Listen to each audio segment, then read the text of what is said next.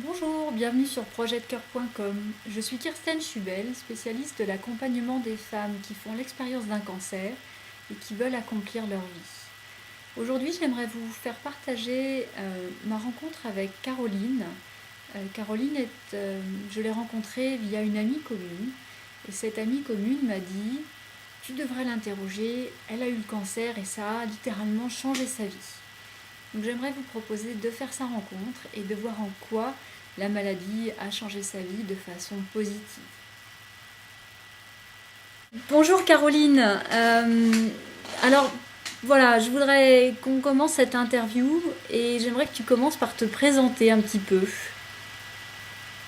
Alors, je m'appelle Caroline, j'ai 45 ans et 3 enfants. J'ai eu un cancer du sein en 2007, à 37 ans. Pas d'ablation, mais 6 séances de chimio et 1 mois et demi de radiothérapie. D'accord. Et cette période du diagnostic d'abord et du traitement, comment ça s'est passé? Alors, le cancer a, j'ai envie de dire, transformé ma vie jusque-là sans accroc. J'ai d'abord vécu l'annonce comme un tsunami qui est venu un peu bouleverser l'ordre établi des choses. Et puis après, j'ai profité de l'année qui a duré le traitement, en fait, pour partir à la découverte de moi-même. Et ce qui a été un peu déclencheur, c'est quand j'ai compris que je tiendrai jamais de réponse à la question pourquoi. C'est-à-dire pourquoi moi, pourquoi maintenant, pourquoi si tôt. Et en fait, j'ai décidé de scinder ce mot et de le transformer en pourquoi. Qu'est-ce que je vais faire de ce qui m'arrive? Et en fait, à partir du moment où, voilà, j'ai considéré que c'était un nouvel éclairage et ça m'a soulagée parce que je me suis sentie plus légère, plus libre. En fait, j'avais l'impression de ne plus subir ce qui m'arrivait, mais de me l'approprier pour en faire autre chose. Alors après, sur le plan physique, c'est indéniable, les traitements m'ont fatiguée, mais je me suis fait aider par un acupuncteur qui était spécialisé dans la gestion des effets secondaires. Ouais. Et en fait, lui, il m'a permis de pas avoir de nausées et de conserver l'énergie que j'avais pour continuer à vivre normalement. Et j'allais le voir la veille de chaque séance de chimio et le lendemain. D'accord. Alors, je précise quand même que je me suis également arrêtée de travailler. Donc dès le début du traitement, en fait, tu as choisi d'arrêter de travailler. Voilà. D'accord. Après, sur le plan psychologique, j'ai tiré toute ma force de mon entourage, qui a été exemplaire, que ce soit mon mari, mes enfants, ma famille, mes amis. J'ai le sentiment qu'ils m'ont montré ce qu'ils avaient de meilleur en eux. Et en fait, ça m'a insufflé un élan incroyable. Et je leur dois 50% de ma guérison. Et quand tu dis j'ai découvert qu'il fallait arrêter de se poser la question pourquoi, qu'est-ce qui t'a permis de découvrir cette réponse-là? Parce que j'ai pas eu de réponse en fait. J'ai pas eu de réponse à pourquoi en un seul mot. Un coup on me disait en fait personne peut savoir, c'était pas héréditaire, il n'y avait pas eu de cancer dans ma famille. C'était pas une question d'alimentation parce que je me suis toujours alimentée sainement. C'était pas trop de stress au bureau, donc j'avais beau chercher dans toutes les possibilités, j'ai pas eu de réponse. Donc au bout d'un moment, à force de ne pas avoir de réponse, tu t'es dit je vais arrêter de me poser la question et passer à une autre question qui elle peut-être a une réponse. Exactement. D'accord. Et donc, ouais, l'aide d'un acupuncteur pendant le traitement, ta famille très proche et exemplaire, et le traitement se termine, et comment se passe l'après-traitement pour toi? Est-ce que tu as déjà toutes tes réponses et tu redémarres comme si de rien n'était, ou au contraire, est-ce qu'il y a une période de transition? Comment ça se passe? Alors, en fait, j'ai eu de la chance parce que les traitements se sont terminés fin juin. Du coup, je suis partie en vacances tout de suite. Mhm. Et, j'ai continué de réfléchir à tout ça pendant mes vacances. Et en fait, grâce aux vacances, j'ai quand même regagné toute mon énergie très rapidement. Du coup, dès la rentrée, j'ai mis en application une des réponses que j'ai trouvées moi-même à cette question scindée en deux. Pourquoi? Parce que j'allais faire ce qui m'est arrivé. Et je me suis engagée en tant que bénévole dans l'association des Blues Roses, Mhm. dont l'objectif c'est de distraire les malades à l'hôpital. D'accord. Et en fait, ce qui m'a conduit vers ce choix, c'est que pendant mon traitement, j'ai réalisé que j'étais très à l'aise dans le milieu hospitalier. Souvent, on est souvent en attente de traitement quand on est à l'hôpital. Et donc j'étais avec d'autres femmes dans le même cas que moi. Et je me suis rendu compte que j'avais aucune appréhension et que j'arrivais aisément à détourner les conversations un peu anxiogènes Mhm. vers des sujets beaucoup plus légers, tournés vers l'extérieur. Et en fait, j'ai l'impression de faire un peu diversion, mais d'entraîner aussi les esprits chagrins, un peu malgré eux, vers des idées plus légères et plus joyeuses. Mhm. Je me suis dit qu'il y avait quelque chose à faire de ce côté-là. Toi, tu es la Bon, personne qui engage la conversation dans la salle d'attente et qui permet de détendre l'atmosphère, c'est ça? voilà. D'accord. Et pas forcément engageant.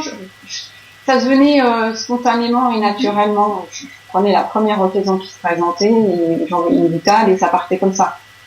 Euh, Mais alors du coup, j'ai utilisé la période des vacances en me disant, je vais prendre des cours de magie. Parce que toujours dans cette idée, j'avais déjà réfléchi et je savais que je voulais rejoindre l'association des Blues Roses. Mhm. Je voulais mettre toutes les chances de mon côté, donc je me suis dit, ben, si je prends des cours de magie, pour distraire les personnes, il n'y a pas mieux, quoi. Ouais. C'est ce que j'ai fait pendant les vacances. Et du coup, ça a beaucoup plu aux personnes en charge du recrutement dans l'association. Donc voilà, je suis rentrée dans cette association, j'y suis depuis 8 ans. J'ai commencé d'abord par distraire des adultes à l'hôpital Saint-Joseph, dans le service de neurologie. Mhm. Là, depuis la rentrée de septembre, on a changé d'hôpital et je distrais les enfants dans le service consultation de l'hôpital Necker. D'accord. Alors, ce que je voudrais souligner ici, c'est que cet engagement n'aurait été pas possible sans le soutien indéfectible de mon mari. Il m'a accompagné dans mes choix et c'est lui qui les a rendus possibles parce qu'il pouvait les assumer financièrement. Je pense que j'ai bien conscience que sans lui, j'aurais dû continuer de travailler et j'aurais dû faire d'autres choix. Parce que du coup, pour l'instant, tout ce que tu fais, c'est rempli de sens, mais ça gagne pas sa croûte, ça gagne pas la vie du foyer. Oui, Et donc, voilà. C'est parce que tu as une famille hyper qui. enrichissant, mais voilà, au niveau spirituel, au C'est niveau ça. relationnel, voilà, pas au niveau Pas au des niveau du cordons de la bourse. porte-monnaie. Voilà. D'accord. Et donc, tu es toujours dans cette association-là, et ça te plaît toujours autant. Toujours autant. Ouais. Et le futur, tu le vois comment? Alors, s'il y a bien une chose que j'ai retenue de mon expérience, de mon cancer, c'est que je ne veux plus me projeter dans le futur. En tout cas, euh, pas dans le long terme. Pour mon postulat, j'ai décidé de faire confiance, de faire confiance à la vie et d'aller là où le vent me portera, au gré des rencontres et des opportunités qui se présenteront. Donc en fait, je veux vivre dans le présent résolument et je compte en profiter intensément. Mais ça m'empêche pas de songer à reprendre le travail. Parce qu'en fait, D'accord. voilà, je garde de mes années professionnelles un excellent souvenir, puis les enfants grandissent, et je sens que l'idée de renouer avec le travail d'équipe, les objectifs et l'envie de me dépasser intellectuellement, ça me titille à nouveau. Donc du coup, c'est pour ça qu'en parallèle de mon engagement au sein des Blues Roses, j'ai entamé il y a 2 mois un bilan de compétences. D'accord. Voilà. Donc c'est la vie au quotidien, mais pas la vie où, comme si de rien ne serait demain. Il y a quand même des projets qui se font, tu arrives quand même à, à faire des projets sur un, disons, moyen terme au moins. Oui, oui, oui. Ouais, ouais. Et est-ce que, on va dire comme ça, le souvenir de la maladie ou la peur d'une récidive, c'est quelque chose qui vient empêcher tes projets? Pas du tout. Pas du tout. Pas du tout, parce qu'en fait, ça va bientôt faire 9 ans maintenant que j'ai eu mon Ouais, cancer. Donc la perspective d'une récidive s'éloigne. d'accord. Mais le risque zéro n'existe pas, et ça, j'en ai bien conscience. Donc, ça m'arrive d'envisager la possibilité d'une récidive. C'est une idée que je ne veux pas refouler, en fait. Est-ce que c'est ça qui t'empêche de faire des projets à très long terme ou au contraire c'est juste un changement de vision de la vie en Non, c'est un général? changement de vision de la vie. D'accord, Vraiment, vraiment. C'est pas du tout cette idée qui m'empêche de me projeter. Au d'accord. contraire, en fait, je la laisse venir à moi, cette idée, peut-être pour mieux l'apprivoiser, certainement, mais ce que je me dis, c'est que en fait, je mise tout sur la confiance. Donc, comme je le disais tout à l'heure, je fais confiance à la vie, je fais confiance en mes proches, je fais confiance au milieu médical, je me fais confiance. Mhm. Et je me dis que si l'aventure doit se répéter, ben, nous montrera d'autres chemins et d'autres éclairages. D'accord, en fait tu prends cette épreuve de la maladie comme un signe, peut-être parmi d'autres, je ne sais pas si tu en as reçu d'autres, sur le sens du vent et quel chemin prendre dans ta vie. Exactement. D'accord. C'est une belle façon de lui donner du sens. Je ne sais pas si ça lui donne du sens. Tu dirais ça? Oui, oui. Enfin, ça a du sens pour moi. Je dis, voilà, oui, ça me donne du sens à ce qui m'arrive. D'accord. Merci beaucoup pour ton histoire. Euh, Est-ce que tu voudrais rajouter quelque chose sur ton parcours, sur un conseil que tu voudrais donner à d'autres femmes qui sont, elles, pendant leur traitement ou juste à la fin de leur traitement? Alors, j'ai envie de conseiller à toutes les personnes qui m'écouteront la lecture d'un livre qui m'a beaucoup apporté, de Michel Guidon, qui s'intitule Où va la vie. En fait, l'auteur raconte son expérience du cancer, parce qu'elle est passée par là elle aussi, et elle pose un regard à la fois grave et très souvent très drôle, mais toujours bienveillant sur la vie. Et voilà, ça se dit très vite. En fait, c'est tiré de son spectacle et on le trouve aussi en DVD. D'accord. Ça peut être des pistes de lecture.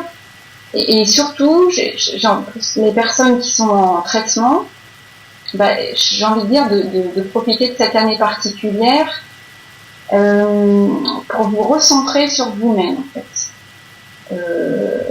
Il y a un adage américain qui est Me, Myself and I. Voilà. Moi, c'est devenu mon mantra et je vous conseille d'en faire vôtre sans que ça vous fasse culpabiliser. Partez à la découverte de vous-même, de vos envies, de vos désirs. Voilà. Tout simplement parce que c'est un beau voyage et parce que vous allez bien. Et est-ce que tu veux nous redonner le nom et éventuellement les coordonnées de l'association des Blues Roses? Le nom, c'est les Blues Roses et les coordonnées, vous les trouverez. Alors, c'est une association nationale. Le siège social est à Levallois et vous trouverez toutes les adresses sur leur site qui est très bien fait. J'ai pas les coordonnées en tête.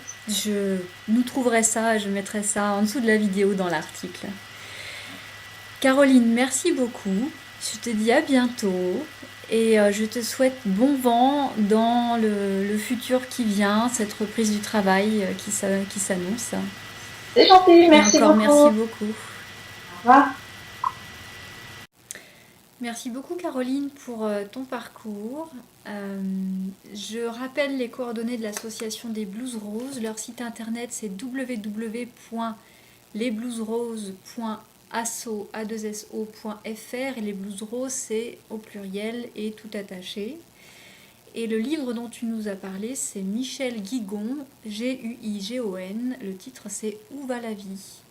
Encore une fois, merci beaucoup à toi et à bientôt sur projetdecoeur.com. Au revoir.